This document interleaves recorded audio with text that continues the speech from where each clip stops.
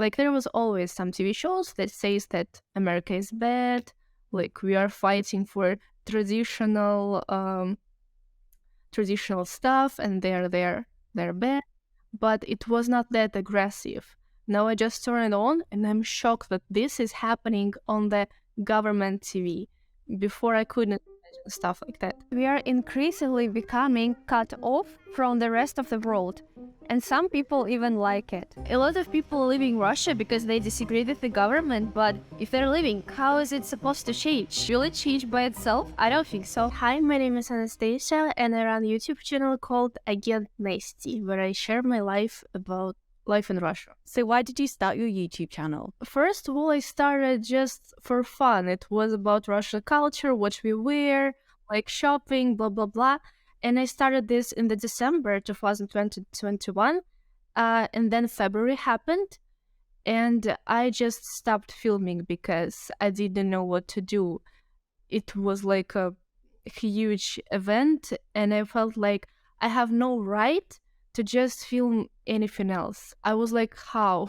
How am I gonna talk like blah blah blah? This is how fun it is to live in Russia. Well, this is happening, and I was afraid to film for some time. I was thinking everyone will blame me because this fear that everyone hates Russians now, and all that stuff. But then I just realized that I'm done with being afraid.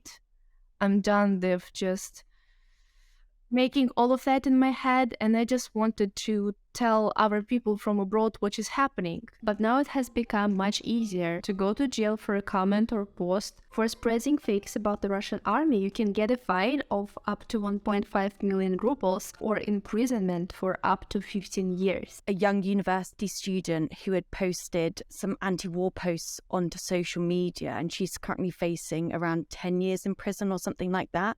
So I'm interested as to why you can make your videos, but then perhaps, other people are facing sentences. I think it depends on your luck in one case, because it depends on which person will notice you.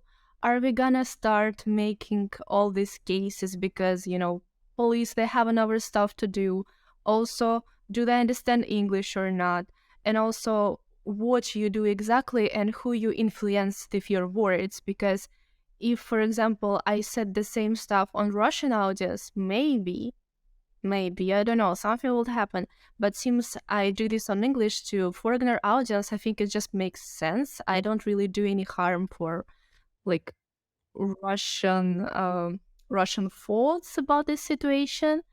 Yeah, but at the same time, I really try my best to secure myself. Like, I try my best really, because I do a lot of jokes, a lot of memes, so people can understand what I mean, can understand what I think about this. But at the same time, I'm trying not to say anything that can be used against me. So yeah, I hope it is working. I don't know, maybe I'm just lucky enough. Who will change my country for the better if all adequate people will leave? That's why I'm not leaving Russia. What was your decision to stay in Russia? Or did you even consider leaving at any point? Of course I did. A lot of times I considered leaving. I packed my stuff few times and then I unpacked it. Like me with my partner, then mobilization happened, because before I was thinking like to leave by myself.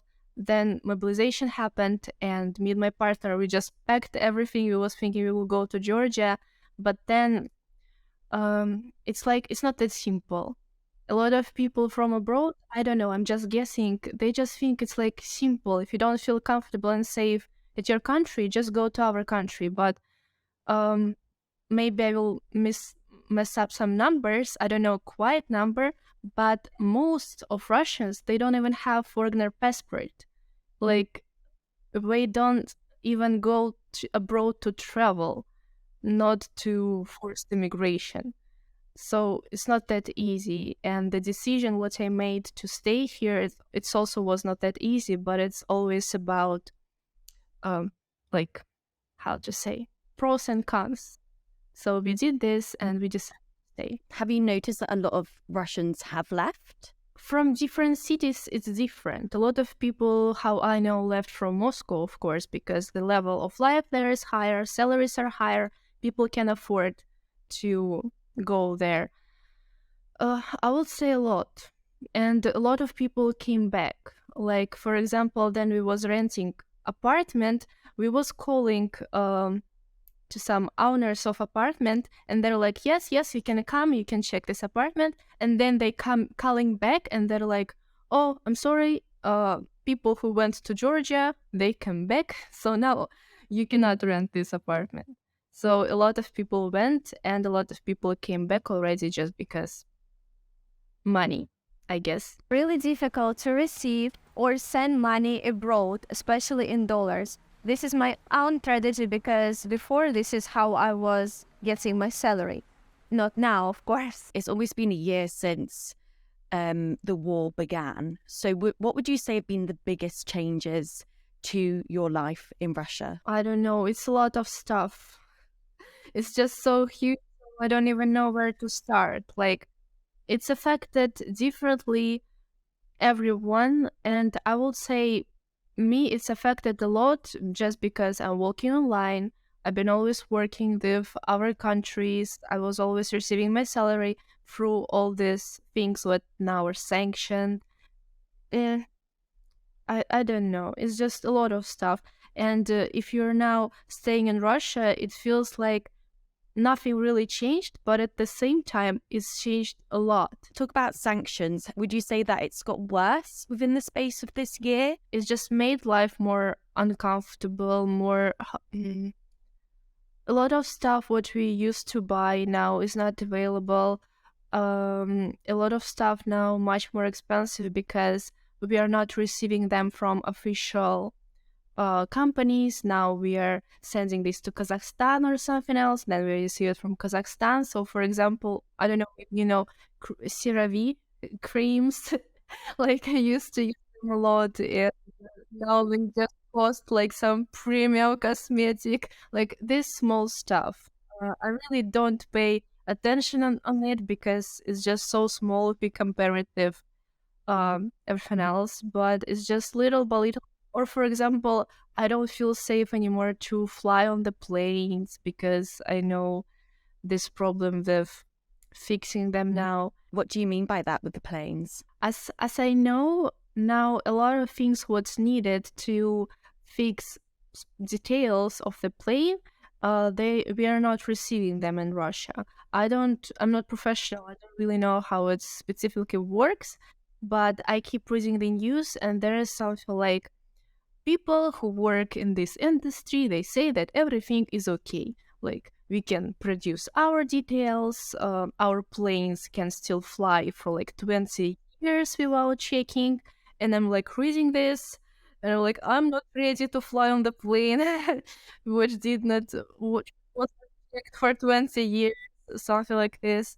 Have you noticed there's been a change in social media within Russia? People now really don't have that much sources of information as before, because if before, I remember when I was studying at university, we studied a lot of different news agencies, newspapers, blah blah blah. Now a lot of this, what I've been studying at my university, like at education, governmental education, now this news, they are closed. They're just not allowed in Russia at all. And now basically you have only official news and YouTube. Instagram is blocked. Not all people know how to use VPN, and they don't really want to do this. They're like, closed. This is better. We don't need this social media. So TikTok also, it's like there's no new videos for Russians. So now we have television, YouTube, and like VK maybe. There is also some news. Yeah. And last time I turned on TV, and oh my god, the things that they're telling there, I'm just shocked. I remember before it was not that intense.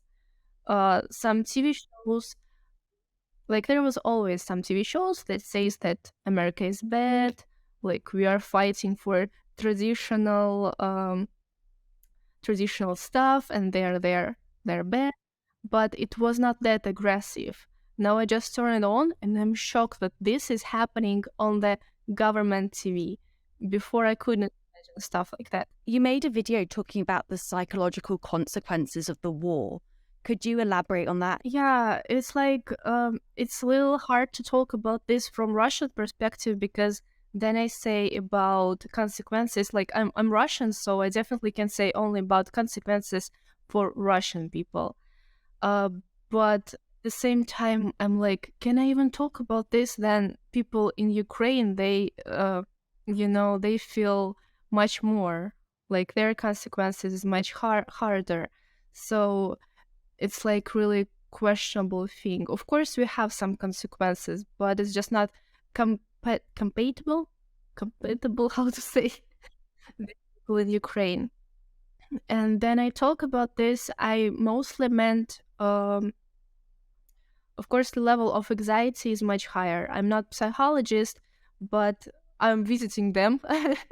And it happened that last year I visited 4 different psychologists, and all they said that a lot of people now they have much more clients, and it's not like they come in because they're worried about situation or they start talking about special military operation and all that stuff, but they like talk about problem on their jobs or I don't know, just some anxiety stuff. It's just because the background anxiety level is growing, and so it's affecting all the life situations, I would say. On February 24th, Russia was divided into two camps, those who support the special military operation and those who are against it. And hate pours on both sides. Would you say there's tensions within families? If that happens, that you are reading a lot of media, which is now prohibited to read in Russia, and you know all this stuff, and then you hear people who are really close to you and their opinion is important to you, and then they start talking something which you do not support, or they start saying some fakes about this and all of that. Of course conflicts are starting because you're trying to explain, you're trying to give information, you're trying to change the opinion, but it's not always working. So yeah, I hear it from time to time from people who are the same as me, who is not a politician, who knows what is going on. Yeah, of course, mostly it's conflicts happening. This happens at work, in a family, everywhere. Many people on this basis cut their ties with their parents, the older generation, who already often watch only TV. And now, after turning off TikTok, Instagram, and blocking no state media, they're completely deprived of alternative sources of information. Because people who is in Russia, they can do something to change the situation, and this is like small things. If you just share some little information with someone, if you start talking about this and you show that you're not afraid, and all of this can affect it as a butterfly effect, it can affect more and more people. So yeah, I think it's important to talk even a little bit with your close ones. 24 February, almost all conversations between people sooner or later come down to the discussion of special military operation. What's been like the reception to your videos? Have you had a positive response, a negative response? Of course, there is a hate as to all people who do videos on YouTube, but mostly people are really understandable. Like, first when I was making videos, I was really ready to face a lot of hate just because, like, I'm Russian and I'm not doing enough. I think you understand what I mean. Like, I'm making videos why I don't go outside, why I don't fight Putin, blah, blah, blah. But turns out people do understand, even if they're from another country, they do understand that. Like, this situation is not that simple. Of course, I'm getting some hate, but mostly it's from people who are not trying to understand. Like, and I'm getting it for Russians as well. Like, one of my video, I guess, it just came to some Russian social media, and suddenly I started receiving a lot of comments on Russian from men mostly for some reason, and they all was saying like, "You are traitor. Who is that girl? Why she's saying all that stuff?" So yeah, of course there is a hate, but it's much, much less. And how does that make you feel? Oh, I was anxious for some time, of course. It's just, I'm not used to it. I just started. I mean, I started like a year ago. I wasn't ready for that stuff. And it seems for me like it's too serious because one thing, if you're making videos about what you dress at Russian winter and someone give you some hate comment, but it has no meaning. And another situation is then you're making videos on really serious topic. It's just different. So yeah, I felt anxious for some time, but I'm working on it. How do you think that this is going to play out? Do you think that you can see an end to this conflict anytime soon? All I have is a hope. Because I'm pretty sure that no one knows this exactly. Maybe only some heads of the government, but I don't think anybody knows it. Like, I listen to my favorite woman. She's political scientist Ekaterina Shulman. She's Russian political scientist, and I listen to her a lot because I also want to hear the answer on this question. And then all is gonna finish finally. And she also saying the same. She's like, no one knows. So she's like, we respect you. So we're not gonna lie to you. Like this is gonna end in a year. This is gonna end in 3 years. All I have is a hope because I still believe that we have more good and adequate people. We have more of them on the planet than crazy mad people. So I just hope.